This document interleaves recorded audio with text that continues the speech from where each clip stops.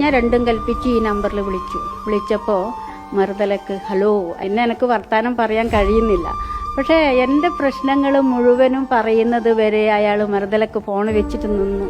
ഞാൻ അദ്ദേഹത്തോട് പറയുന്നത് ഞാനൊരു വിധവയാണ്, ചെറിയ 3 കുട്ടികളാണ്, എൻ്റെ മകൻ സംസാരിക്കുന്നില്ല, കേൾക്കുന്നില്ല, പെട്ടെന്ന് അവൻ്റെ കണ്ണിന് വൈകല്യം വന്നു.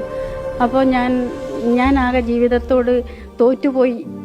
ഞാൻ എന്തു ചെയ്യണം?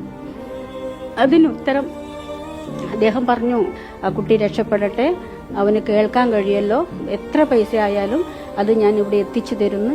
അവിടെ അപ്പം തന്നെ എന്നെ വിളിച്ച് ഫോൺ വെച്ചപ്പോൾ തന്നെ അവർ മിംസിൽ വിളിച്ചു പറഞ്ഞു. അപ്പോൾ മിംസ് എന്നാണ് എന്നെ പിന്നെ വിളിക്കുന്നത്. നിങ്ങളെ പണമൊക്കെ റെഡി ആയിട്ടുണ്ട്, ഡേറ്റ് നമുക്ക് ഫിക്സ് ചെയ്യാം, ഉടനെ ഓപ്പറേഷൻ നടത്തണം. ആരെന്നോ എന്തെന്നോ ഉമ്മൻചാണ്ടി തിരഞ്ഞില്ല, ആവലാതിയുടെ അടിവേര് തേടിയില്ല. നിങ്ങൾ എവിടെയാണെന്നോ, നിങ്ങളെ രാഷ്ട്രീയം എന്താണെന്നോ, നിങ്ങളെ കുലം എന്താണെന്നോ, നിങ്ങളെ ജാതി എന്താണെന്നോ, മതം എന്താണെന്നോ അദ്ദേഹം ചോദിച്ചില്ല.